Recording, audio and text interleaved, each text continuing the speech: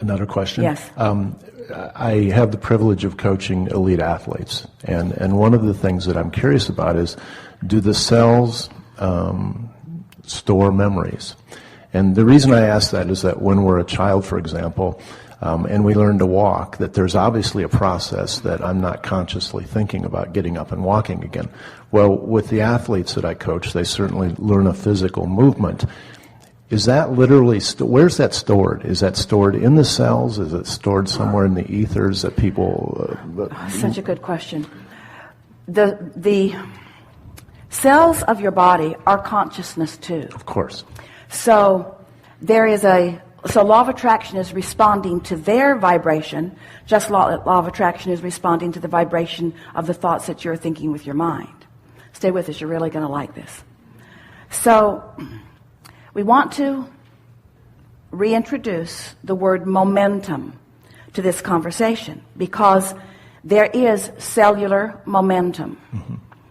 And we think that's a better description than cellular memory, because even though you could effectively say it's the same thing.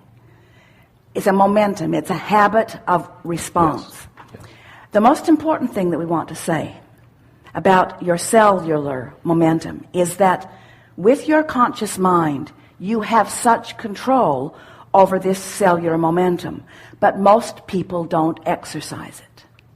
Most people are responding to the way their body feels rather than telling their body the way they want it to feel. Right.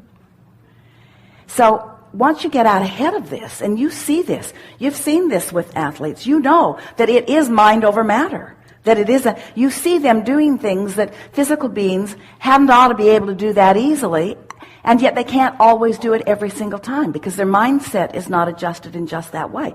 But it could be, you see. Which is what we work on. So if we were visiting with them, we would say to them, your body is responding somewhat out of habit, out of cellular memory, but you can dictate to those cells the memory that you want them to hold. I like that. Yeah. And once they get that squared away and they begin to watching the response of their body to their thoughts, a lot of the inspiration, in other words, when anyone, not just an athlete, but when anyone gets into perfect vibrational concert with their source energy, that's when the thought extends from that pure, positive, powerful place right through into the cellular body. And could override anything. It does override everything. In a moment of really strong negative, almost like I have athletes, it's almost like no different than them putting their finger in a socket. It is that immediate and powerful, and then it subsides. Well, that's because something in their moment has caused them to focus in a way that the focus of alignment was so dominant that, and that the more that happens, the more there is the expectation of that happening. That's correct. Every moment in time for every person could be one of full open circuits and energy that creates worlds flowing through you to the experience that you want to have. Every moment in time could be that way. But it takes some life experience and some expectation and some allowing of that before anyone is doing it all the time. There is nothing more exciting than to discover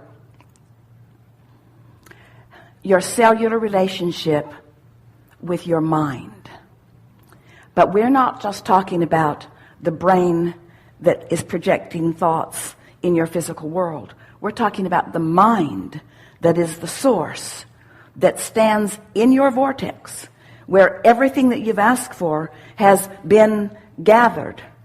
When you sync up with that perspective, with that current, with that focus, and you stand in a moment of complete allowance of that mind to be the one that's flowing. In other words, this is what we're talking about all day, every day. We don't want you to see yourselves as puppets that source energy is guiding, but we do want you to understand that you have access to understanding and knowledge and benefit and current and decisions and energy and resources that few of you are beginning to use, and even these fantastic athletes use sporadically. And you could be doing it all the time once you get the hang of this. And once you care more than life itself, because it is life itself, how you feel in this moment and this moment and this moment. So being on this high-flying disc feels like clarity. It feels like fun. It feels like eagerness. It feels like passion. It feels like flexibility. It feels like power. It feels like certainty. It feels like sureness. It feels like knowing. It feels like love. And when you're involved in some sporting endeavor, you're probably not thinking about love, but you sure want to think about clarity. You may not be thinking about appreciation, but you're sure thinking about deftness and agility. And we want you to understand that the properties of all of those emotions are the same vibrational frequency. It's a high, high, high frequency, you see.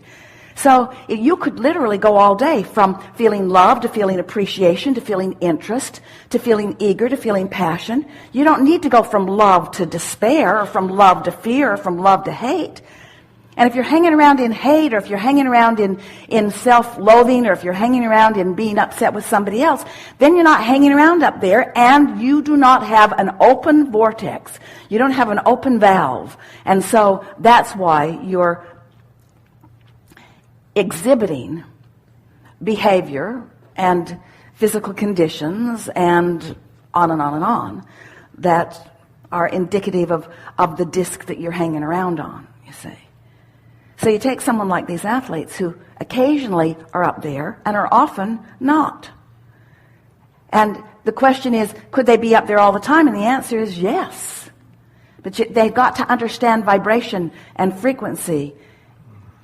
And they've got to match. So if we were standing in your physical shoes, we would watch for those moments in time when there's no question in your mind that they're full on allowing. And we'd say, see what you just did there? You were completely out of the way, and you were allowing only what you wanted to flow through you. And we would emphasize that and not emphasize the other. Right. Because whatever you're emphasizing, you're practicing with them. Yeah. Good. Really good.